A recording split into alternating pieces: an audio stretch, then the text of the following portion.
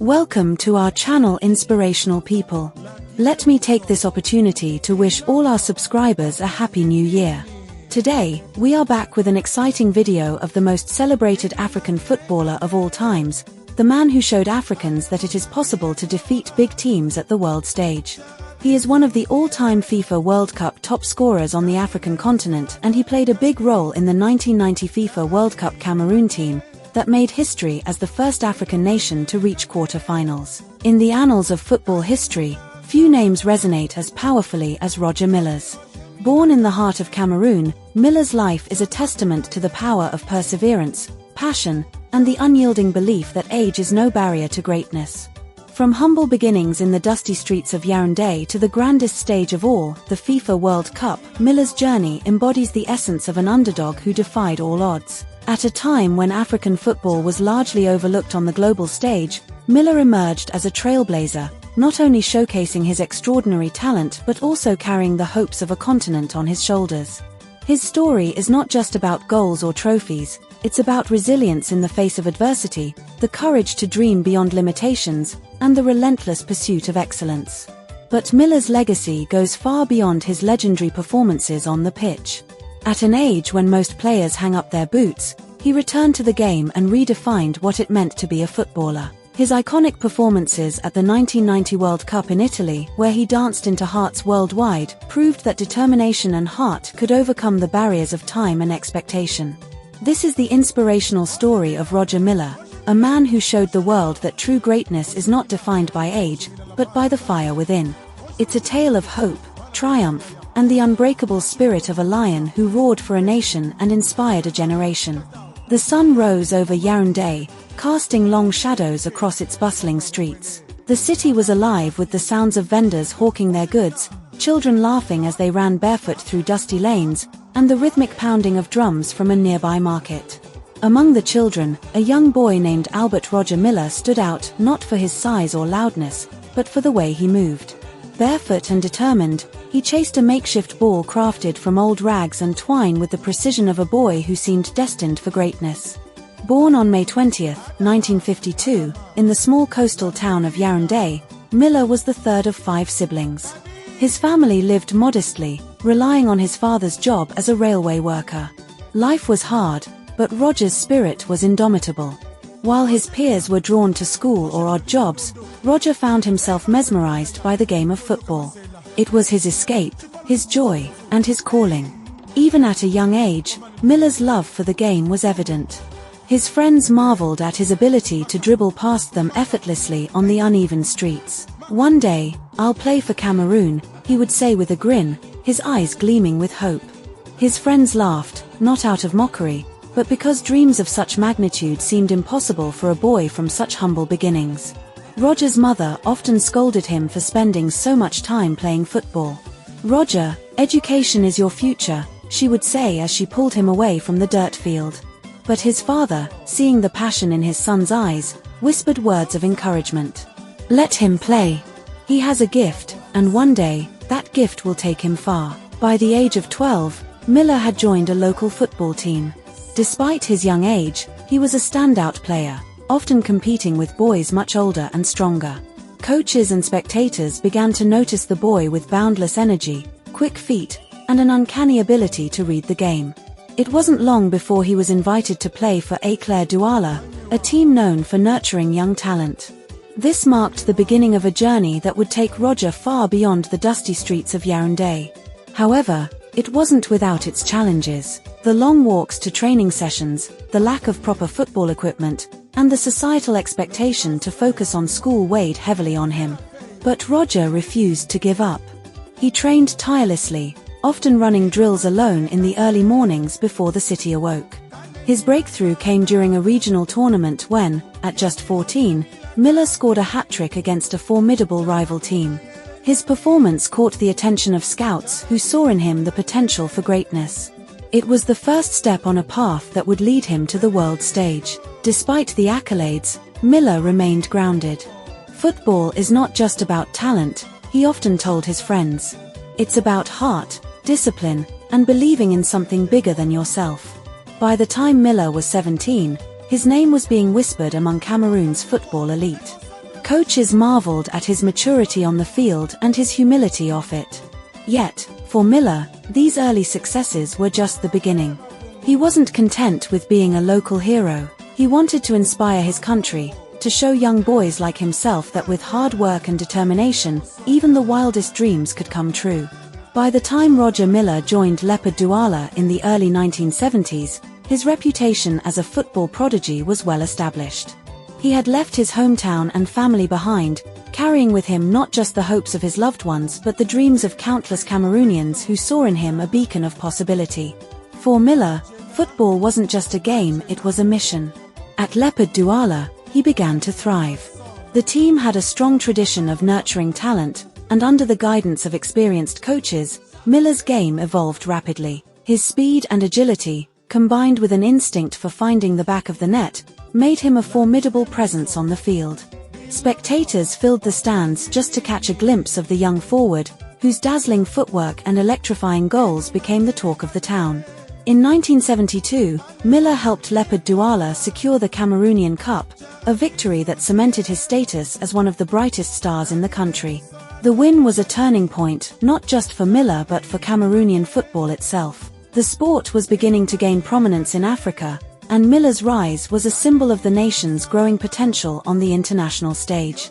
As his fame grew, so did the expectations placed on him. Milla was invited to join the national team, the indomitable Lions, a dream he had nurtured since childhood. His debut was met with great anticipation, and he didn't disappoint. In his first few matches, Milla displayed the same flair and determination that had earned him accolades at the club level. He quickly became a fan favorite, with crowds chanting his name during games. However, the road to stardom was not without its challenges. As he gained prominence, Milla faced criticism from detractors who questioned his consistency and his ability to perform under pressure. Moreover, the pressure to support his family financially weighed heavily on him. At times, the burden seemed almost too much to bear. But Milla, true to his character, refused to let the weight of expectations crush him. Instead, he used it as fuel to push himself harder. In 1976, Milla made a pivotal move to Tuna Yaoundé, one of Cameroon's most prestigious clubs. It was here that he truly came into his own as a player. During his time with the club, Milla led them to multiple victories, including another Cameroonian Cup win. His performances caught the attention of European scouts, and in 1977, he made the leap to France, signing with Valenciennes. The transition to European football was not easy. In France, Milla encountered a level of competition he had never experienced before. The game was faster, more physical, and more tactical. Moreover, he faced the challenges of adapting to a new culture, learning a new language, and dealing with the racism that was, unfortunately, pervasive in European football at the time. Despite these obstacles, Milla rose to the occasion. Over the next few years, he played for several French clubs, including Bastia, Saint-Étienne, and Montpellier. At each stop, he left an indelible mark, earning respect for his skill, professionalism, and resilience. His time in Europe not only honed his abilities but also broadened his perspective on the game and on life. By the early 1980s, Milla had established himself as one of Africa's most accomplished footballers. But even as he celebrated his successes, he remained deeply connected to his roots. Whenever he returned to Cameroon, he would visit his old neighborhoods, playing impromptu matches with local kids and sharing stories of his journey.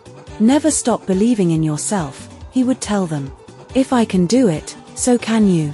At 30, Milla faced a question that haunts every athlete: how much longer could he keep playing at the highest level? Critics began to speculate that his best years were behind him. But Milla, ever the fighter, saw things differently. For him, football wasn't just about physical ability, it was about heart, strategy, and the will to win. And he was determined to prove that his story was far from over. By the early 1980s, Roger Milla was no longer just a footballer, he was a symbol of hope and pride for Cameroon. His performances in European leagues, coupled with his dedication to the national team, had made him a household name. Milla's flair, determination, and ability to score crucial goals turned him into an icon of African football. In 1982, Milla was part of the Cameroon squad that qualified for the FIFA World Cup in Spain. It was a historic moment for the country, as it was only their second appearance in the tournament. Cameroon entered the World Cup as underdogs, facing teams like Italy, Poland, and Peru in the group stage. Though the indomitable Lions failed to progress to the knockout rounds, they exited the tournament undefeated, drawing all 3 matches. Milla's leadership and creativity were on full display, earning him widespread admiration. For Milla, the World Cup was both a triumph and a bittersweet experience. While proud of his team's performance, he couldn't shake the feeling that they could have gone further. "This is just the beginning," he told reporters after their final game. "African football is on the rise, and Cameroon will be at the forefront." After the World Cup, Milla returned to club football in Europe, where his career continued to flourish. However, he never let his success abroad distract him from his duty to his homeland. Every time he donned the green, red, and yellow of Cameroon, he played with unmatched passion, driven by a desire to elevate African football on the global stage. Milla's star power extended beyond the pitch. In Cameroon, he was seen as a unifying figure, someone who could bridge divides and inspire a sense of national pride. He used his platform to speak about issues affecting the country, from poverty to education, always emphasizing the importance of perseverance and self-belief. As the 1980s progressed, Milla's contributions to football earned him numerous accolades. In 1976 and 1990, he won the prestigious African Player of the Year award, cementing his place among the continent's greatest players. Yet, despite his success, Milla remained humble and focused on his goals. "Awards are wonderful," he said in an interview. "But what matters most is what you leave behind, the impact you have on others." But as Milla approached his mid-30s, whispers began to circulate. Was it time for him to retire? Many believed he had achieved all he could in football. Others questioned whether he still had the physical endurance to compete at the highest level. For Milla, the answer was clear. He would retire when he felt ready, and not a moment before. In 1988, at the age of 36, Milla announced his retirement from international football. It was a decision that saddened fans across Cameroon, who had grown accustomed to his magic on the field. But even in retirement, Milla's influence on the game remained strong. He continued to mentor young players, sharing his knowledge and experience to help shape the next generation of football stars. For most athletes, retirement marks the end of their story. But for Roger Milla, it was only the beginning of a new chapter, one that would redefine his legacy and inspire millions around the world. In 1990, 2 years after his retirement, Roger Milla received a phone call that would change his life. On the other end of the line was Cameroonian President Paul Biya, urging Milla to come out of retirement and join the national team for the FIFA World Cup in Italy. At 38 years old, Milla was skeptical. Could he still compete at the highest level? But the president's words struck a chord. "Your country needs you," Biya said. And so, with little hesitation, Milla laced up his boots once more. When Milla joined the indomitable Lions for the 1990 World Cup, many doubted he could make an impact. But Milla thrived on defying expectations. Coming on as a substitute in 1990, Roger Milla became a household name in Cameroon and the African continent. He became so famous due to his performance in the tournament. In 1991, Pepe Colli, a Congolese musician, released a song Roger Milla which clearly appreciated his performance during the 1990 FIFA World Cup in Italy. In the video of the song, they included corner flag dance and Lingala Afro dance, celebrating a milestone Africa reached in the history of the FIFA World Cup, and the man that made all that possible was Roger Milla. 3 years later, at the 1994 World Cup in the United States, Roger Milla returned for one final bow. At 42, he was once again the oldest player in the tournament, a record that still stands. In Cameroon's group stage match against Russia, Milla scored a consolation goal, becoming the oldest goalscorer in World Cup history. Though Cameroon's campaign ended in disappointment, Milla's record-breaking achievement was celebrated around the world. He became the all-time FIFA World Cup topscorer on the African continent with 5 goals. After retiring for good, Milla devoted himself to philanthropy and social causes. As a UNICEF ambassador, he championed initiatives to combat HIV/AIDS and promote education in Africa. He also worked to develop football in Cameroon, establishing youth academies and advocating for better infrastructure. Milla's contributions earned him numerous honors, including the African Legend Award and recognition from FIFA as one of the greatest players of all time, an award he received during the 2022 FIFA World Cup in Qatar. Yet, for Milla, the greatest reward was the knowledge that he had inspired others to dream big and never give up. Roger Milla's legacy transcends football, symbolizing resilience, passion, and the limitless potential of African talent. As a trailblazer, he put African football on the global map, leading Cameroon to an iconic quarter-final run at the 1990 FIFA World Cup and becoming the oldest World Cup scorer at 42 in 1994. His joyous corner flag dance, humanitarian efforts, and advocacy for African football inspired generations. Milla's story is one of defying age, breaking barriers, and uniting people through the beautiful game, making him a true legend and a symbol of hope for millions worldwide. Today, Roger Milla's name is synonymous with resilience, passion, and the power of dreams. His story is a reminder that greatness knows no age, and that with determination and heart, anything is possible. From the streets of Yaoundé to the heights of World Cup glory, Milla's journey is one that will forever inspire generations. That's the inspirational story of Roger Milla.